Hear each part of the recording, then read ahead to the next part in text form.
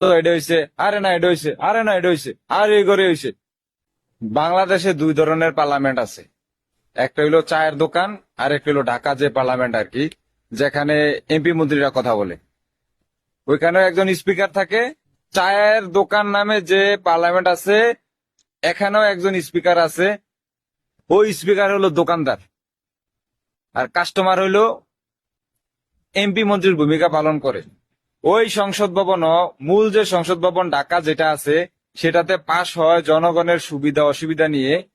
আর চায়ের দোকান নামক পার্লামেন্টে পাশ হয় কার ঘরে কি ধরনের সমস্যা তৈরি হয়েছে, কার ঘরে কার ঘরে কি ধরনের সমস্যা তৈরি করা যাবে। এখানে বৈশা বৈশা সমস্ত আলোচনা করে, কোন ঘরে কি হয়েছে, কার বাড়িতে কি হয়েছে।